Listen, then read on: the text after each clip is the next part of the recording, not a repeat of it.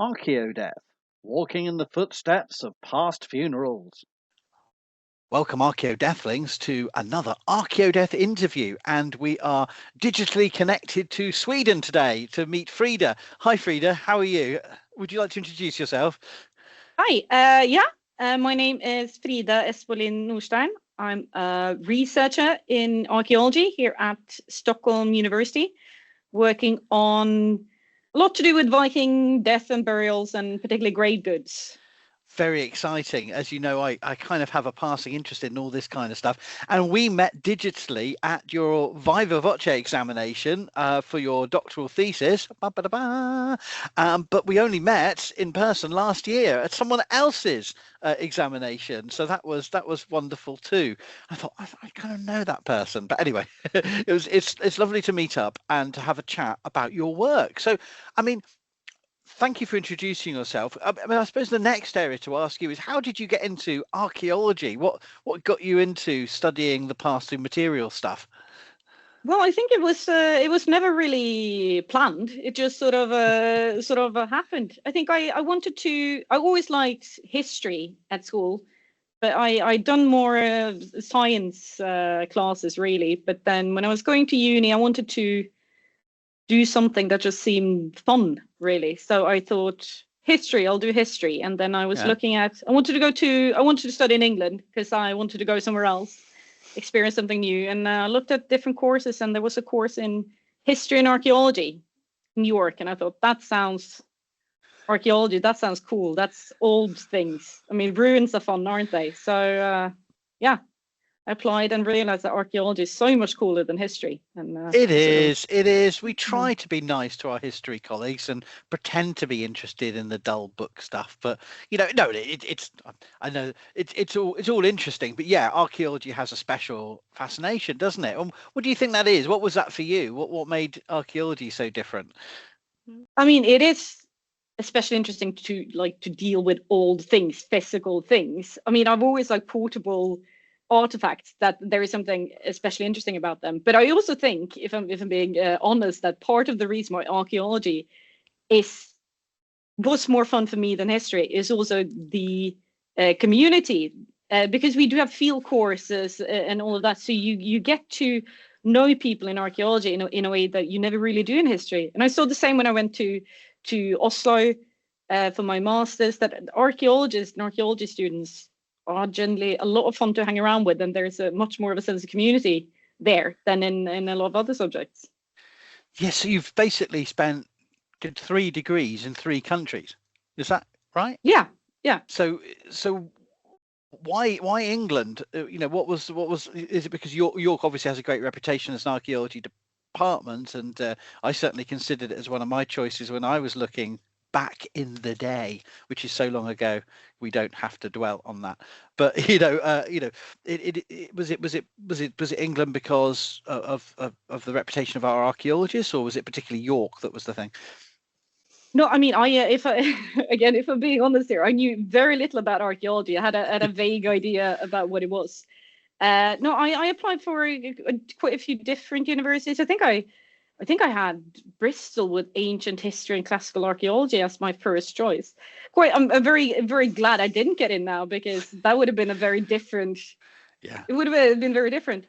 But no, I there wasn't any particular reason. I wanted to go abroad. I wanted to go to England. Was, they spoke English, was still quite different. But yeah, no, I actually remember the Viking Age was also a little bit by accident, because someone asked me when we were doing our first ever assignment in archaeology, and they asked which period we wanted to write about, and someone then asked me, I think Steve Ashby asked me, which period are you interested in? And I blanked and just said the first thing I could think about, and that was the Viking Age, and I've been stuck with it ever since.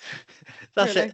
That's it. I usually go the other way. Anything beginning with A, I usually go with and just guess. But that's why I got into archaeology, you see. That's the only reason, you see, because it was at the beginning of the alphabet. But you went the other way. You went right to the other end of the alphabet. But no, it's either zoology or archaeology for me. So, but seriously though, so you did your undergraduate degree and then back to Norway to do the masters. Was that immediately afterwards, and then was it immediately on to the PhD, or was there gaps and other things you did? No, the master was immediately after the bachelor's, but then I had a year in between where I did some field work and some other kinds of work, and then started the next year in Gothenburg. And that leads us to the thesis, which Yes. I know was a little bit of a while ago. It was a COVID thesis, if I can call it that. That's so you know, it was an extra tough time to get things sorted out. So a belated congratulations on this. But what did you explore in your doctoral research? Well, I was looking at Viking burials and more particularly burials with oval brooches.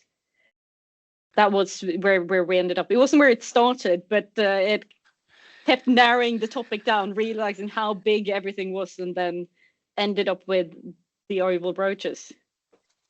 And you know, narrowing it down, but you still covered a huge geographical area, wasn't it? I mean, it was you did Iceland, Ireland, and northern mainland Britain, so Scotland, and yeah, is that a fair geographical description, or is there other bits I can't remember?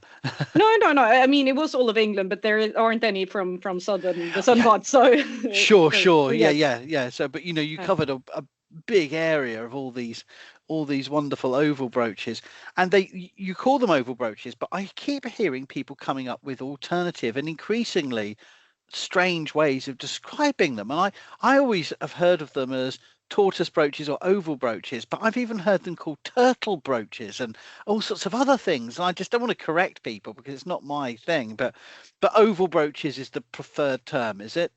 Yes, I think so. I've heard tortoise brooches, of course, but but not, that's not generally what they're called. But yeah, and oval brooches, it's also, I think, because I think tortoise brooches partly because of the decorations on the shells and everything. But yeah, I think still oval brooches is a better term.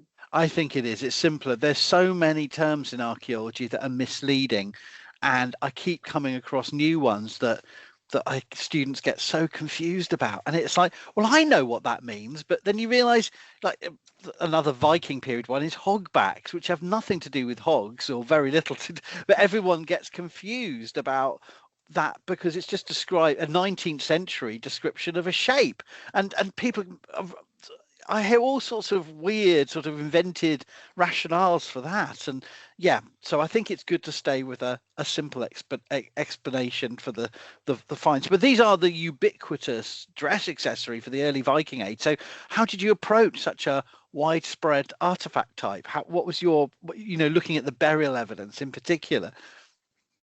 Well, I wanted to, the first thing you sort of notice when you work with these projects is that they're so tied to women and ideas about female Scandinavian identity, which is, you know, perfectly understandable. They are worn with a type of dress that is very common in Scandinavia, and they're not worn really with other types of dress.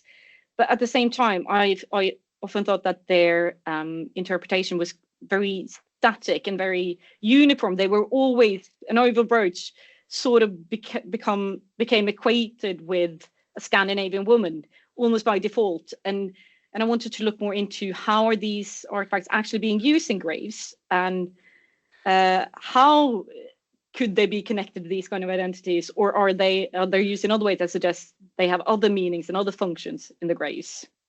I mean, that was the great thing about your thesis I liked, is you didn't look in Scandinavia, you went out to the Viking diaspora, or whatever you want to call it, the Scandinavian diaspora, to look at all the different ways in which they're used in different fashions in different parts of that world. I thought it was really interesting. And you know, looking at individual graves to cemeteries to broad patterns. I mean, what do you feel were the key takeaways of what you found, or what did you think now, a little time on, you think are perhaps the more important things that you didn't think at the time? I don't know. Well, I think one of the things with these brooches, but also I think with Viking Age grave goods more generally, it's just the variations. There are so many different ways of using grave goods in the Viking Age, both in terms of which artifacts they use, but also in how these are being used in graves. And it's often very interpretations can sometimes be a little bit simplistic, that an artifact means the same no matter how they're used. And I think that's still I think that is what I say in the piece, and I think I still agree that the main point is that they are used in very different ways, and you can also tell that how they are used in life probably also affects what they meant when they were used in burial. So we can't just see them as these static objects. They keep changing throughout their lives, and that also affects how they're being used in burials.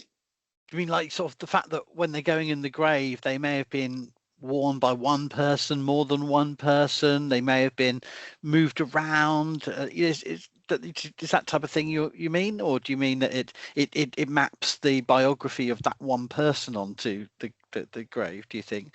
I think it could be both, but I think what I'm looking more into it's easier with the ones that are really old, well, because there are a couple of cases where they seem to be really old. Generally, with the oval brooches, it's very difficult to tell how old they were. Often because they're only dated. The graves are dated based almost always on the oval brooches. So I think that in many cases the graves are probably younger than we might think they are. Because there are some cases. I think there's a grave from Shetland where there's a pair of oval brooches, which are of quite an early type, what's often called as one of the Bardal types, which are early 9th century. And they're found with a trefoil brooch, which is probably early 10th century, maybe late 9th century. But it's perhaps 100 years difference. So you have a pair of brooches that might have been 100 years old before they are deposited in the grave. And of course, these weren't presumably not buried with their first owner, so they would have had quite an extended history before they're being placed in the grave. That's really fascinating. Yeah, and I think there are some other cases as well. There's a pair of very early brooches from Iceland, which they haven't been found with any other artifacts that we can actually date, but they are of also of early 9th century type, and compared to almost all the other artifacts you find in graves from Iceland, they are remarkably early. So I think, and they're also worn and dented, because it looked a bit of use, wear and repairs and so on. And they're also quite worn and dented, so they might be also very old pair of brooches. So you have that kind of, and some cases demonstrable antiquity, but you also have like the default assumption that you challenge, that they're always pairs and they're always some symmetrical pairs, and there's a lot of variation there, wasn't there, if I recall? Yes, there are quite a few single brooches, but of course the difficulty is these graves are rarely well documented. So generally speaking, they're often just recorded as they enter the museum catalogue or something. And it's assumed that they're from a grave. So in a lot of cases where we have single brooches, there may have been two brooches present. But there are some cases where I think it's fairly likely that it's only a single brooch. Often from Iceland, for some reason, maybe because it's a later custom in Iceland and in other areas, probably. But there you have some graves where you have single brooches. There's one from Dalvik in Iceland. There's a single brooch at the throat of the individual, probably used to attach a cloak or something like that. And then also there are the non-matching pairs. So pairs of brooches, because these are generally produced, we call it mass production, but of course it isn't really, they're not really mass produced, but produced in series. So you can make copies that look more or less identical. And we have several pairs that clearly weren't made as at the same time, so they weren't like bought as a pair. They come from they might have had different stories. I suggest gift exchange as a possible scenario, and now think that's a little bit speculative. It's possible, of course, but it's very difficult to prove. But we definitely have brooches that would have had different biographies that are still used together in graves. I do have another book chapter there's in a collection on fragmentation that looks a little bit, especially at that, the breaking up of parts and putting together new parts. So they're repairing these brooches, so there's a significance to it. This isn't just about keeping up to a static view. They are sort of adapting the perhaps meanings of these objects over time as they're worn and shared and so on. Maybe? Yes, I think I don't think oval brooches always mean the same thing. There's one grave from Cumwitten in England where you have a pair of brooches in one grave.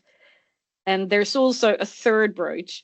It's not completely clear where this brooch which grave it originally belonged to, because it's found in the plough soil. Oh. I think the excavators argue that it's from a different grave, but I think based on where it's found and which artifact it's found with, it is probably from the same grave as the oval brooches, which means that you have a grave with three brooches, two of them of I think 10th century type, and the other one considerably earlier, again probably 9th century. So again, possibly around 100 years old. And I think this brooch clearly doesn't mean the same thing in the grave as the pair of oval brooches, as the pair does. And you see similar things in Scandinavia, where you have a pair of younger brooches with a third oval brooch, which is considerably older. At least two cases, I think, where I've seen that. So in this western sort of Scandinavian settlement zone, because furnished burial is a relatively short horizon, we don't know whether people stop wearing them or not, do we? Or do you feel that the kind of when we get them in graves is when they were worn? I don't know. I haven't really thought about that. I was just interested if you had any. Yeah, I think in Ireland and in Scotland and Britain generally, yes, probably that's presumably around the time they were worn. Iceland, I'm a little bit more uncertain, because I think if we look at the types of oval brooches found in Iceland, they are all 10th century types, apart from the very early pair that I mentioned. Yes, yeah. These are all late, and also Iceland is the only place where we do find brooches that are clearly not worn with strap dresses. So you have a couple of instances of single brooches, the one worn at the throat, as I mentioned, but also one worn at the waist, and you also have pairs of brooches that do not seem to have been worn with strap dresses. They are worn. There are textile remains on the inside, but not with strap dresses. So there, in those cases, I think it is possible that they were continued to use after the strap dresses went out of fashion. Right. So they are, and these brooches, at least the single ones, are worn. Some, I think, at least one of them is repaired. So that might be one instance of it. Do you have a view on the importance of the brooch in the funeral? Because I suppose we have sort of two extremes that I always sort of play off in my own head, between the fact we find these furnished burials and therefore all the objects must be displayed. They are about display and performance. And then you have the idea that, well, actually, when we have textiles, sometimes these objects may not have actually been visible in the final stages. And it's I don't know. I wonder what your thoughts are on that with these dress accessories in the death ritual itself. Are they for show, or are they for more private sort of or personal connections? And again, that is quite difficult. I think we often assume that they are for display, that people are, claiming Scandinavian identities or something through burials. But at the same time, when you look at the fronts of the brooches, they do show traces. The traces of wear are always on the raised backs on the bosses and stuff. So presumably they were wearing some sort of garment outside. And in a lot of cases, you do find third brooches and ringed pins and such in the burials, which might suggest that they are wearing something over the brooches. So they may be, in many instances, covered up in the burials. So it's possible that they had more of a significance during the dressing of the dead rather than display in the burial itself. One of the things that I keep coming, even on new discoveries that are made, and the media get hold of, new Viking furnished burial discovered, and it was clearly a wealthy housewife, and that term still gets used, and so it's about status, but I mean a free person and a woman of a status on the farm. Is that still a generalization that you feel has any merit, or does it still, problems with it, but it still works, or it doesn't? It's just totally debunked. Where do we sit with that? The oval brooches being a symbol of free status and high status, or at least moderately high status. I don't know. Is that even seriously considered? I don't know where we stand anymore, because I keep seeing it circulated. Yeah, no, I don't think, I don't believe that that's the case. I've been working recently a lot more with Scandinavian material, and especially if you look at like the differences between graves in Sweden and in Norway, the huge differences in how common certain artifacts are in burials. And I think with the oval brooches, there's so many, graves that we would consider wealthy, loads of artifacts, loads of jewelry that don't have oval brooches. Right. So yes, they're common, and I think, but I don't necessarily think they were connected to a specific group of women.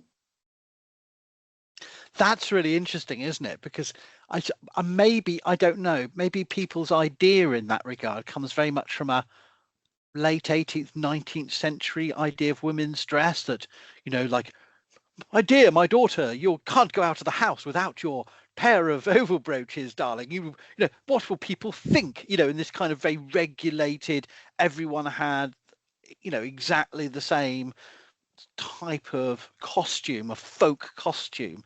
But you're suggesting that's maybe a really outdated view of how we think about these women's dress in life and death. Yeah, yeah, absolutely. I think Elisabeth Arve Nordblad, her thesis, I think from 98, she argues very much that this sort of almost Victorian idea of men and women is because a lot of burials were excavated around that time, late 19th, early 20th century. So I think the way burials are recorded and the sort of the ideas, a lot of our ideas about the Viking Age are probably from the Victorian period. So I think some of the times when you want to look at, but where is this idea coming from? What are we basing it on? And when you go back through enough steps, you realize, wait, is it this Victorian person from the late 19th century? Is this where it's coming from? Our common sense interpretations are some random guy in 1870, Yeah, exactly. Yeah. So that's really interesting. Yeah. So the costume was varied, it varies. And that, I suppose, does lead quite nicely into asking you about what work you've been doing since your thesis. You've been publishing some of the work, but you've also been working more on the Scandinavian material. Is there anything you can share about that, with the respect that I appreciate it's ongoing work? Yeah, well, some of it is because I did do a postdoc here in Stockholm after the thesis, which wasn't really about grey goods. I took a little bit of a break. And worked a little bit more with cremation, inhumation, and the sort of transition from cremation to inhumation. So we wrote an edited volume on archaeological perspective on burial practices and societal change, or death in transition, which is a better title, but they wanted to be the other way around. Oh, really? That's always the way that publishers. Yeah. But I have a chapter there on a sort of small scale view on transition from cremation to inhumation at two different sites here in Sweden, showing that it's a lot to do with Christianization, because of course we often see, cremation as pagan and inhumation as Christian, and there is in many parts of Scandinavia there is a transition from cremation to inhumation, but is it linked to Christianization? And that's sort of what I try to look a little bit more closely at. What did you find with that study? I don't think I mean, I am very much against sort of this idea that identity and beliefs are expressed in burial in such an easy way. I think in a large scale perspective is inhumation or the increasing use of inhumation linked to the process of Christianization? Probably that's likely, but that might have more to do with slow changing transitions and different ways of viewing the body rather than conversion. Because a lot of the sites I've been looking at, I mean, dual right cemeteries are so common. And I've been looking a lot at. I haven't this is work that isn't out yet. I've written it, but I haven't. It's not published. But on the use of human bone in burial. So there's quite a few bones, like cremation bones, cremated human bone in inhumation graves, and also sometimes the other way around. So it's unburned bone. I think we're one side where there's a human tooth unburned within the cremated remains and stuff, and so there is quite a lot of mixing of the two as well, which is quite interesting. So no, I don't really think it is to do with, at least not with conversion. Christianization is a different story. But then again, you have places like northern Norway where there aren't cremations from the Merovingian period onwards. So I mean, that's not because they were all of a sudden Christian up there. There are other things that are going on. So it's looking at that local cemetery context is a theme linking your thesis to that work too. Then it's that looking at, you can't just look at oval brooches. You've got to look at the individual burials, and you can't just look at inhumation from cremation to inhumation.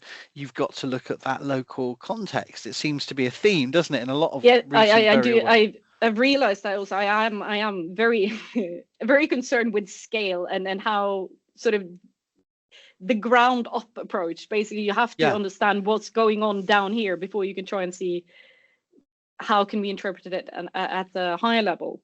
But at the same time, what I'm doing now, the project I'm working on now, which is about grave goods more generally, and really a little bit, what do grave goods, why are people putting things in graves in the Viking Age?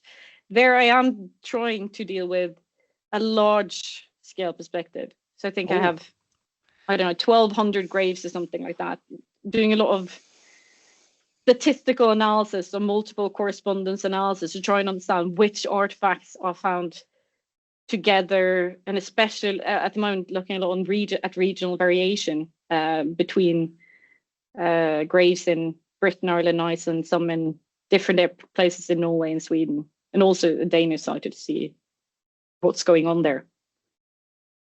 That's really interesting. So I won't press you on the results for that, because that is obviously work that is still ongoing. But that's a really interesting to see you developing this approach and now looking at the big scale. But still, that reveals the local patterns because you're able to look at that large scale. So it's not like a change in your approach. It's more just about your bigging up the scale to see more of that detail, I guess. Is that no, absolutely. And I think, because I won't go too much into theory and then stuff, but a lot of I've been really inspired by a lot of new work with assemblage theory and things like that, because of the way it looks at scale, and that explanations for changes at a small scale aren't different from explanation at a large scale. It's the same thing.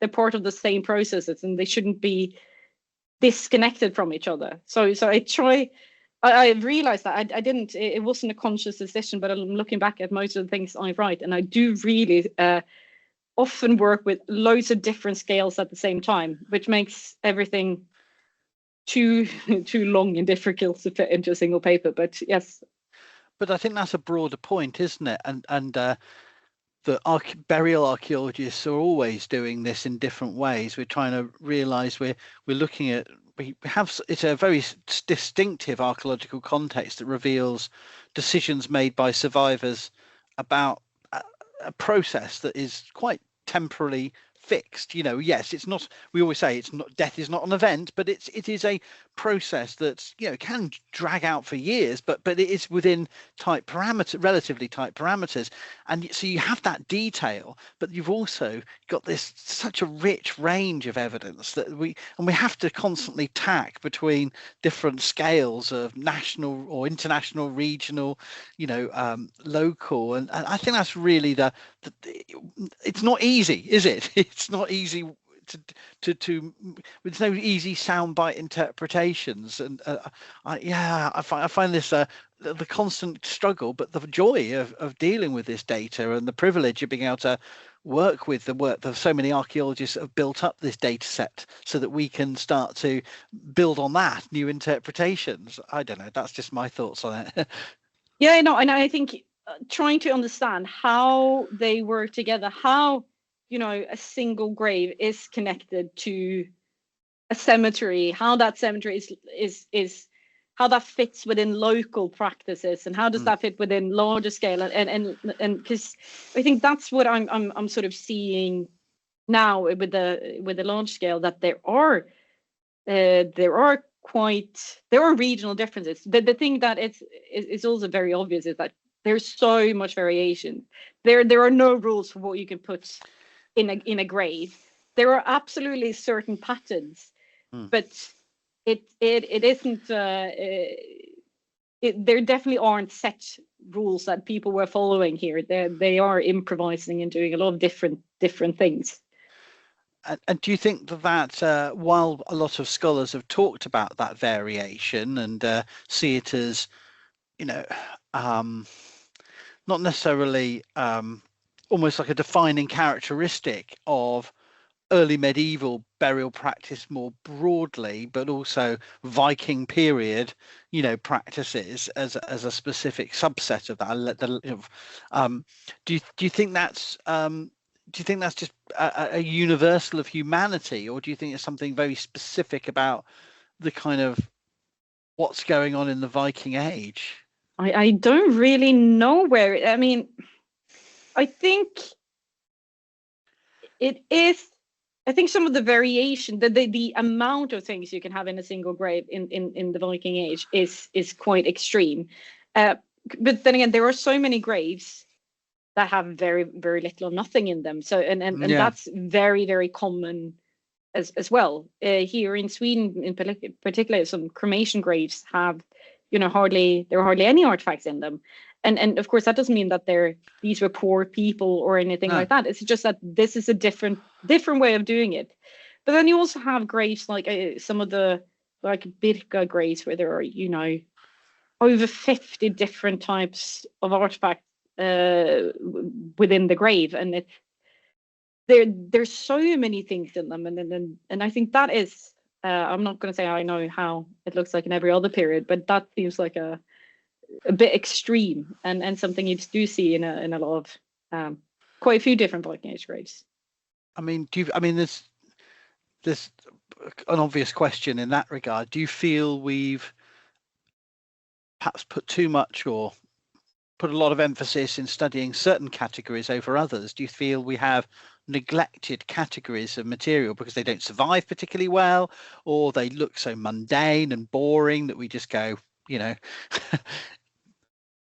to a certain extent, I do think there is too much attention. Oh, well, I mean, I'm going to say too much attention on weapons and jewelry, and I mean, I'm also partly to blame here by all means, and partly because they are so closely linked to identities. I think that it is because they fit into this idea of warriors and women, really, which are the two types of people in the Viking Age. Sometimes you have some slaves and some sorceresses, but that seems to be it. And I think weapons and jewelry fit into those categories. Which means that they do get a lot of attention. But there are so many other kinds of artifacts that are more common and also. And it's quite interesting. Why are sort of knives and whetstones so necessary in Viking Age Greece? I think that's really interesting. We're applying for some new money to try and do a project on whetstones with a with a use wear analyst who will look at the traces of use wear and stuff like that to see if we can see any patterns in which kinds of how wetstones have been used before they ended up in graves and stuff like that as well. I think that would be really interesting if we get funding. Yes, that's the big. It requires the funding, but you seem to be the person doing the really cool stuff. So I hope you get it, because I was going to ask you, but I think you've already answered. What are the new exciting approaches? But thinking about assemblages and scales of which burial practice linked together, and new kinds of artifacts or neglected types of artifacts, not necessarily new, but we're familiar with, seem to be the way forward. Are there perhaps any other final thoughts you have for any future burial archaeologists or thinking of this field, or anything you feel we've missed out in discussing? Well, I think there's the cool thing with this variation in what you put in grades is that there's so many categories that haven't received that much attention. I've also been working a little bit with strikolites lately, which is also really cool. They with their connection to amulets and amulet rings and so on. So I think there's so much material to work on so many sort of slightly neglected categories. Yeah. But I also think one of the strengths of burial archaeology in the Viking Age is the difference. Like there are so many different approaches, because I don't necessarily think that everyone should be interested in or doing exactly what I'm doing. I think it's really fun that there's so many different ways of looking at it. So many ways that I think that I didn't think of that. I wouldn't have thought of looking at it that way. And I think that's also part of what's fascinating about it. So we're getting a richer, newly discovered data, building a data set. We've got new approaches, but we've also got new people with I think that's really important, isn't it, to have different perspectives on this data. That's fantastic. Well, I think this gives a wonderful taster for viewers and listeners to reflect on Viking period burial and grave goods from other periods as well, because the kind of work that I think you can disagree with me here. I think that obviously, because I like early medieval burial practice, but I think we're one of the test cases for other periods and places of ideas and methods and approaches, and so I think anything we do here has knock-on effects for archaeology elsewhere. I don't know if you agree, or do you think that's a bit ego, just because I like it, but I think what we're doing is quite important for the broader field. But maybe I'm just all puffed up with my own self-importance and the things I like. But no, I mean, I like that, and also that's part of what I like about my department here in Stockholm, that there are so many people with so many different periods, and it's so fun to sort of steal other people's ideas, because then you can do something that's all of a sudden seems relatively novel, because not many people within your period are working with it, and so we can sort of import and export ideas, which is really interesting. And that's great with burial archaeology more generally, that you can try and see, does this work on my material? Or wonderful, thank you so much. This has been a great chat, and I wish you well with all your ongoing research, and I look forward to learning more about it as your publications come out in the future. Thank you so much, Frida. Thank you. Follow Archaeodeath on YouTube, TikTok, WordPress, and a host of other social media.